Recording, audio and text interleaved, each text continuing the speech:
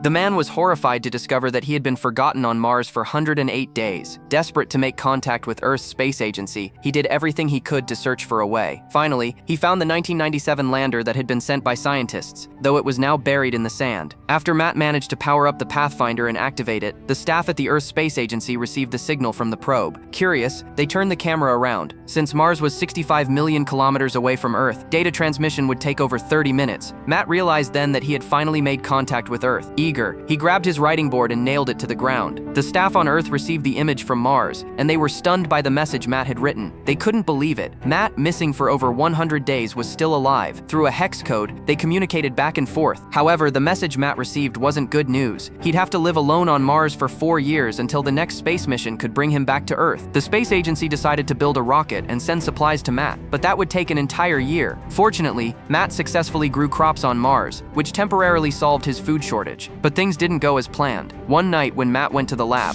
a system failure caused a massive explosion. Matt was seriously injured, and all the crops he had grown were destroyed.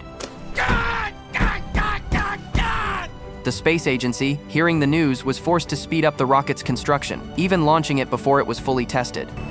We are getting a very large procession. Are we good? But the rocket didn't make it far before it exploded in mid-air.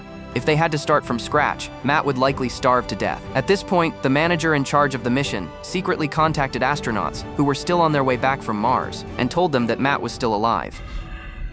I know that's a surprise, and I know you'll have a lot of questions, but here are the basics. He's alive, and he's healthy. Everyone agreed to break the rules and return to Mars to bring him back. After some urgent calculations by the scientists, it became clear that, due to a lack of fuel, the spacecraft couldn't reach Mars's orbit, so Matt would have to use the land-based vehicle to find the team himself. To break through Mars's gravity, he needed to lighten the vehicle by a full 5,000 kilograms. He had to slowly dismantle the cabin doors and windshield until only the outer shell of the vehicle was left. And so, under the eyes of the entire world, Matt piloted the makeshift craft into space, heading out to complete an impossible docking with the spaceship.